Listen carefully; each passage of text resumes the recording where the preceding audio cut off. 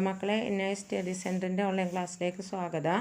നമ്മളിന്ന് എടുക്കുന്നത് sociology chapter 13 30ാമത്തെ ചാപ്റ്ററാണ്. Problems of scheduled caste and scheduled tribe. അപ്പോൾ പട്ടികജാതിക്കാരുടെയും പട്ടികവർഗ്ഗക്കാരുടെയും പ്രശ്നങ്ങൾ.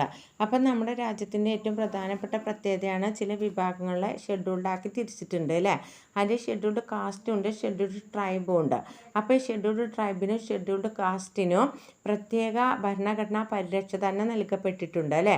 അപ്പോൾ ഇവർക്ക് പ്രത്യേക ആനുകൂല്യങ്ങളും അതുപോലെ തന്നെ ഭരണഘടനാപരമായ നിരവധി പരിരക്ഷയിൽ നൽകപ്പെട്ടത് കൊണ്ട് തന്നെ ഇവരെ ഒരു പ്രത്യേക വിഭാഗമായിട്ടാണ് ഇന്ന് ഗവൺമെൻറ് കണക്കാക്കുന്നത് അല്ലേ. അപ്പോൾ അതുമായി ബന്ധപ്പെട്ടുകൊണ്ട് ഭരണഘടന നൽകുന്ന പരിരക്ഷയുടെ ഭാഗമായിക്കൊണ്ട് അവരുടെ ചില പ്രത്യേക കാര്യങ്ങൾക്ക് വേണ്ടി ചില ആർട്ടിക്കിളുകളും അല്ലെങ്കിൽ ചില ഭരണഘടനാ വ്യവസ്ഥകളും തന്നെ നിലവിലുണ്ട്. അപ്പോൾ നമുക്ക് അതിൽ MCQ വരുന്ന ക്വസ്റ്റ്യൻസ് ആണ് ടീച്ചർ പറയുന്നത്. Mention the article of the constitution of construction of India that declare abolition of untouchability. തൊട്ടുകൂടായ്മ നിരോധിച്ചുകൊണ്ട് ഇന്ത്യയിൽ ഭരണഘടന പ്രഖ്യാപിച്ച വകുപ്പാണ് ചോദിക്കുന്നത്. MCQ ക്വസ്റ്റ്യൻ ആണ് മക്കൾ. ഇത് ടീച്ചറെ ക്വസ്റ്റ്യൻ ആയിട്ട് എഴുതിയിട്ടിട്ടില്ല, അപ്പം നിങ്ങളൊന്ന് ക്ലാസ് കേൾക്കുമ്പോൾ ഒന്ന് നോട്ട് ചെയ്തിട്ട് കേട്ടോ. അപ്പോൾ ആർട്ടിക്കിൾ 17 ആർട്ടിക്കിൾ 17 ആണ്. ഇനി what is the percentage of A scheduled caste in India. ഇന്ത്യയിൽ പട്ടികവർഗ്ഗക്കാർ എത്ര ശതമാനമാണ്? അപ്പോൾ 15% പട്ടികവർഗ്ഗക്കാരാണ് നമ്മുടെ രാജ്യത്തുള്ളത് കേട്ടോ. പിന്നെ third question, what a percent of ST പേഴ്സൻറ്റിനെ അവർ കൺട്രി. ഇന്ത്യയിൽ പട്ടികവർഗ്ഗക്കാർ എത്ര ശതമാനമാണ്? അത് 8% ഉള്ളത് കേട്ടോ. അപ്പോൾ പട്ടികവർഗ്ഗക്കാർ 8%, പട്ടികജാതിക്കാർ 15% നമ്മുടെ രാജ്യത്തുള്ളത്. അപ്പോൾ ഇനി നമ്മുടെ ഇമ്പോർട്ടൻ്റ് ക്വസ്റ്റ്യൻ ആൻസറാണ് പറയുന്നത്. Who is A scheduled caste? ആരാണ് പട്ടികജാതിക്കാർ? അയിത്തജാതിക്കാർക്ക് സഹായങ്ങൾ നൽകുന്നതിന് സർക്കാർ 1935 ജാതികളുടെ ഒരു പട്ടിക തയ്യാറാക്കി. പട്ടികയിൽ 429 ജാതികളെ ഉൾപ്പെടുത്തി. അവരുടെ ജനസംഖ്യ 5.35 കോടിയായിരുന്നു. പട്ടികയിൽ ഉൾപ്പെട്ട ജാതികൾ എന്നർത്ഥത്തിലാണ് ഇവർ പട്ടികജാതിക്കാർ എന്ന് വിളിക്കപ്പെടുന്നത് കേട്ടോ. അപ്പം നമ്മുടെ രാജ്യത്തിന് സ്വാതന്ത്ര്യം കിട്ടുന്നതിന് മുമ്പെയാണ് ബ്രിട്ടീഷ് ഗവൺമെൻറ്റാണ് ഇങ്ങനെ ജാതികളെ തിരിച്ചുകൊണ്ടുള്ള ഒരു ഷെഡ്യൂള് അല്ലെങ്കിൽ ഒരു പട്ടിക തയ്യാറാക്കിയത്. ഈ പട്ടികയിൽപ്പെട്ട ആ കാലഘട്ടത്തിൽ ഈ പട്ടികയിൽപ്പെട്ട 429 ജാതികളെയാണ് പട്ടികജാതിക്കാർ എന്ന പേര് വിശേഷിപ്പിക്കപ്പെട്ടത്. ഇനി അടുത്ത ക്വസ്റ്റ്യൻ പറയുന്നത് explain the problems of A scheduled caste.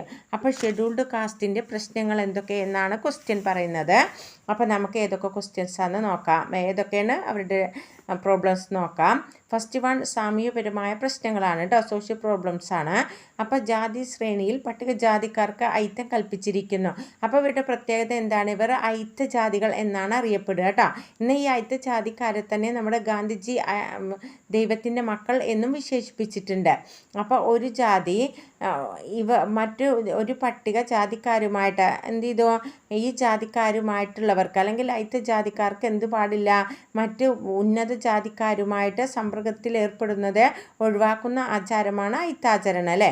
ഐത്തജാതിക്കാർക്ക് പൊതുസ്ഥലങ്ങൾ, ഐത്താചരണത്തിനാണ് untouchability എന്ന് പറയുന്നത് കേട്ടോ. മലയാളത്തിൽ അസ്പൃശ്യത എന്നൊക്കെ പറയും. ഐത്തജാതിക്കാർക്ക് പൊതുസ്ഥലങ്ങളിൽ പ്രവേശനമില്ലായിരുന്നു.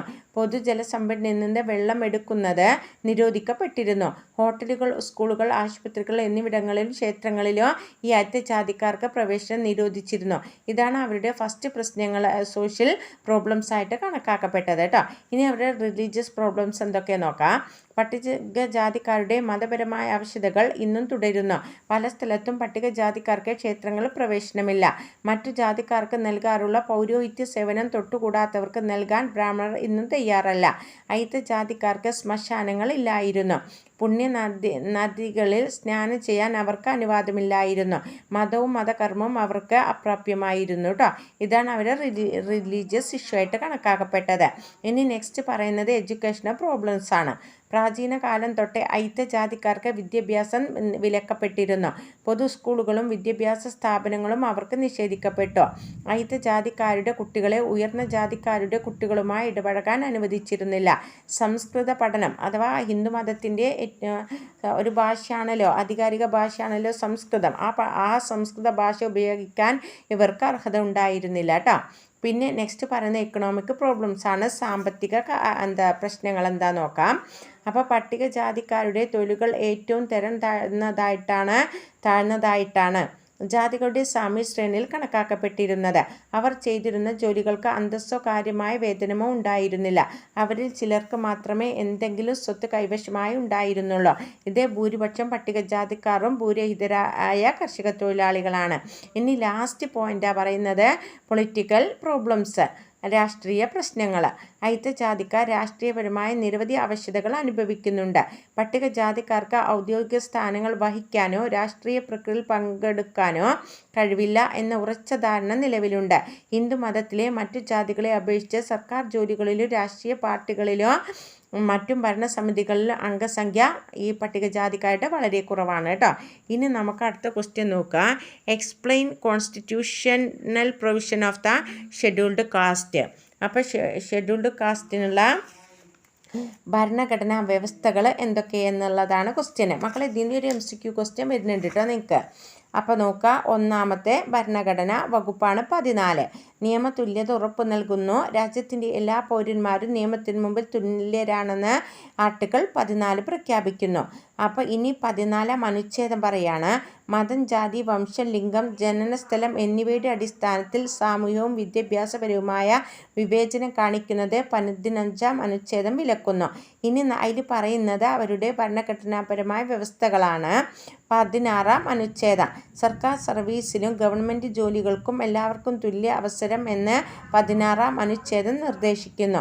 ഇനി 17 പറയുന്നത് ഈ അനുച്ഛേദത്തിലൂടെ അയിത്താചരണം നിരോധിക്കുകയും അത് നിയമാനുസൃത ശിക്ഷാർഹമാണെന്ന് വ്യക്തമാക്കുകയും ചെയ്യുന്നു കേട്ടോ. അപ്പോൾ ഇത്രയാണ് അവർക്കുള്ള ഭരണഘടനാപരമായ ആനുകൂല്യങ്ങൾ എന്ന് പറയുന്നത്.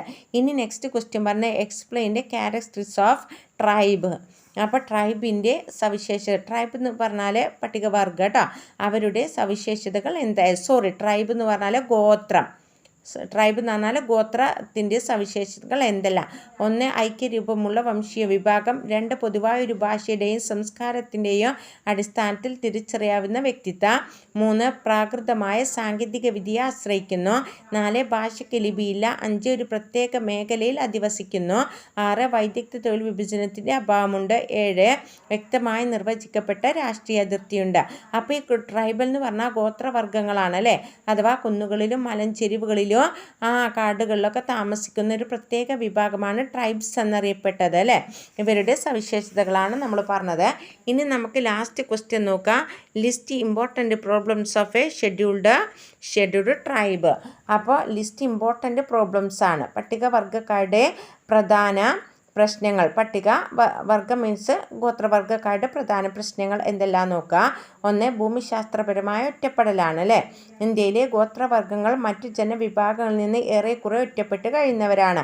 ഗോത്രങ്ങൾ താമസിക്കുന്നത് കൊടുങ്കാടുകളെ, ചെകുത്തായ താഴ്വരകളെ, മലകൾ, പർവ്വതനിരകൾ എന്നിവിടങ്ങളിലാണ്. അവർക്ക് മറ്റു ജനങ്ങളുമായിട്ട് ഇടപഴകുക ദുഷ്കരമാണ് കേട്ടോ. ഇനി നമുക്കതിൽ നോക്കുന്നത് സാംസ്കാരിക പ്രശ്നങ്ങളാണ്. ഗോത്രവർഗ സംസ്കാരം ഗോത്രേതര ജനങ്ങളുടെ സംസ്കാരത്തിൽ നിന്നും തീർത്തും വ്യത്യസ്തമാണ്. ഗോത്രവർഗ്ഗക്കാരുടെ ആചാരാനുഷ്ഠാനങ്ങളെ, വിശ്വാസങ്ങളെ, മനോഭാവങ്ങൾ തുടങ്ങിയ ഗോത്രേതര ജനങ്ങൾക്ക് മനസ്സിലാക്കാൻ കഴിയാതെ വരുന്നു. അപ്പോൾ അത് ഒരുതരം സംശയവും ദുരൂഹതയും ഉണ്ടാക്കുന്നു കേട്ടോ. അപ്പോൾ ഗോത്രവർഗ്ഗക്കാരുടെ സാമൂഹിക പ്രശ്നങ്ങൾ നമ്മുടെ ഇടയിൽ നിന്ന്, അഥവാ ഇന്ന് ഗോത്രേതര വർഗ്ഗങ്ങളുടെ ഇടയിൽ നിന്ന് വളരെയധികം വ്യത്യസ്തമായിട്ടാണ് നിലനിൽക്കുന്നത്. അപ്പോൾ അതുകൊണ്ട് തന്നെ ഗോത്രേതര ജനങ്ങളും തമ്മിലുള്ള ഈ സാംസ്കാരികമായ അകൽച്ച ഗോത്രവർഗ്ഗങ്ങൾ മുഖ്യധാര സാമൂഹ്യ ജീവിതവുമായി ഇടപഴകുന്നതും ഉൾക്കൊള്ളുന്നതും തടസ്സം സൃഷ്ടിക്കുന്നുണ്ട്. ഇനി അടുത്ത് നോക്കുക, അവരുടെ സോഷ്യൽ പ്രോബ്ലംസിൽ എന്തൊക്കെയെന്നറിയോ? ഫസ്റ്റ് 1 നിരക്ഷരത. അപ്പോൾ ഗോത്രവർഗ്ഗക്കാർ നേരിടുന്ന ഏറ്റവും പ്രധാന പ്രശ്നമാണ് നിരക്ഷരത. അവർക്ക് ഒരാൾക്കും എഴുതാനും വായിക്കാനും അറിയില്ല കേട്ടോ. അവരുടെ പിന്നോക്കാവസ്ഥയ്ക്കുള്ള കാരണവും അതുതന്നെയാണ്. ഇതവരെ സമൂഹത്തിൻ്റെ മുഖ്യധാരയിൽ നിന്ന് അകറ്റുന്നു. ഇനി അവരുടെ ഏറ്റവും വലിയ മറ്റൊരു പ്രശ്നമാണ് ആരോഗ്യവും പോഷകാഹാരവും. ഗോത്രവർഗ്ഗക്കാർ പൊതുവെ ആരോഗ്യവാന്മാരാണ്. എന്നാൽ നിരന്തരമായ അണുബാധ കാരണം അവർക്ക് രോഗം പിടിപെടാൻ സാധ്യത കൂടുതലാണ്. പ്രാകൃതമായ ജീവിത രീതി, ശുദ്ധജലത്തിൻ്റെ അഭാവം, കുളിക്കാൻ പോലും വെള്ളത്തിൻ്റെ ക്ഷാമം, മന്ത്രവാദം, ആഭിചാര പ്രവൃത്തികൾ എന്നിവയെല്ലാം ആർക്കിടയിൽ കൂടുതലായി നിലനിൽക്കുന്നുണ്ട്? ഈ ഗോത്രവർഗ്ഗങ്ങൾക്കിടയിൽ നിലനിൽക്കുന്നുണ്ട് കേട്ടോ. പിന്നെ ഇനി അടുത്ത പോയിന്റ് പറയുന്നത് സാമ്പത്തികമായ പ്രശ്നങ്ങളാണ്. അപ്പോൾ സാമ്പത്തികമായ പ്രശ്നം അവർ ഏറ്റവും കൂടുതൽ ബാധിക്കുന്നതാണ് അല്ലേ. അഥവാ ഒരു ടെക്നോളജിക്കലായിട്ടുള്ള ജോബൊന്നും ആർക്കില്ല, ഇവർക്കില്ല. ഇവർ ഉപജീവനത്തിന് കാടുകളെ ആശ്രയിക്കുന്നവരാണ് അല്ലേ. അതിൻ്റെ പ്രധാനമായിട്ടുള്ള കാരണങ്ങൾ സ്ഥിരമായ വിപണിയുടെ അഭാവം, ഭൂമി കുടിയൊഴിപ്പിക്കൽ, അതുപോലെ തന്നെ ദാരിദ്ര്യവും കടബാധ്യതയും അവരുടെ സാമ്പത്തിക പ്രശ്നങ്ങളാണ്. അതുപോലെ തന്നെ തൊഴിലില്ലായ്മയും ജോലി സ്ഥിരതയും പിന്നെ ബാങ്കിങ് സൗകര്യങ്ങളുടെ അപര്യാപ്തത ഒക്കെ ഇത് എന്തുമായി ബന്ധപ്പെട്ടതാണ്, സാമ്പത്തികമായ ബുദ്ധിമുട്ടുമായ പ്രശ്നങ്ങളുമായിട്ട് ബന്ധപ്പെട്ടതാണ് കേട്ടോ. ഇനി അടുത്ത ലാസ്റ്റ് പോയിന്റ് പറഞ്ഞ മതപരമായ പ്രശ്നങ്ങൾ. ഗോത്രവർഗങ്ങളുടെ മതസങ്കല്പം അങ്ങേയറ്റം പ്രാകൃതമാണ്. ഗോത്രവർഗക്കാർ ഹിന്ദു മതത്തിലേക്കും ക്രിസ്തു മതത്തിലേക്കും മാറിയപ്പോൾ അവർ മതങ്ങളുടെ അടിസ്ഥാനത്തിൽ വിഭജിക്കപ്പെട്ടു. ഇത് ദീർഘകാലമായി തലമുറകളുമായി പിന്തുടരുന്ന കൂട്ടായ്മ ഇല്ലാതാക്കി കേട്ടോ. അപ്പോൾ ഇത്രയും കാര്യങ്ങളാണ് നമുക്ക് ഈ ചാപ്റ്ററിൽ പഠിക്കാനുള്ളത്. ഈ പട്ടികജാതി പട്ടികവർഗത്തിൽ നമ്മൾ പട്ടികജാതിക്കാരെന്ന് പഠിച്ചു, അവരുടെ ഭരണഘടനാപരമായ എന്തൊക്കെ ആനുകൂല്യങ്ങളാണെന്ന് പഠിച്ചു. പിന്നെ അതുപോലെ തന്നെ പട്ടികവർഗം പഠിച്ചു, അവരുടെ സവിശേഷതകൾ പറഞ്ഞു. പിന്നെ നമ്മൾ അവരുടെ പ്രശ്നങ്ങൾ ഡിസ്കസ് ചെയ്തു. പിന്നെ ലാസ്റ്റ് നമ്മൾ ട്രൈബൽസിൻ്റെ പ്രധാന പ്രശ്നങ്ങളും അവരുടെ സവിശേഷതകളൊക്കെയാണ് പഠിച്ചത്. അപ്പോൾ ഇതോടുകൂടി നമ്മുടെ ഈ ചാപ്റ്റർ തീർന്നു.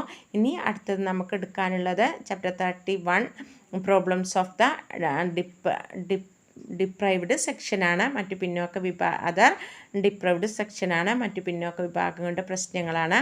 ആ ചാപ്റ്ററുമായിട്ട് അടുത്ത വീഡിയോയിൽ കാണാം. Okay, thanks.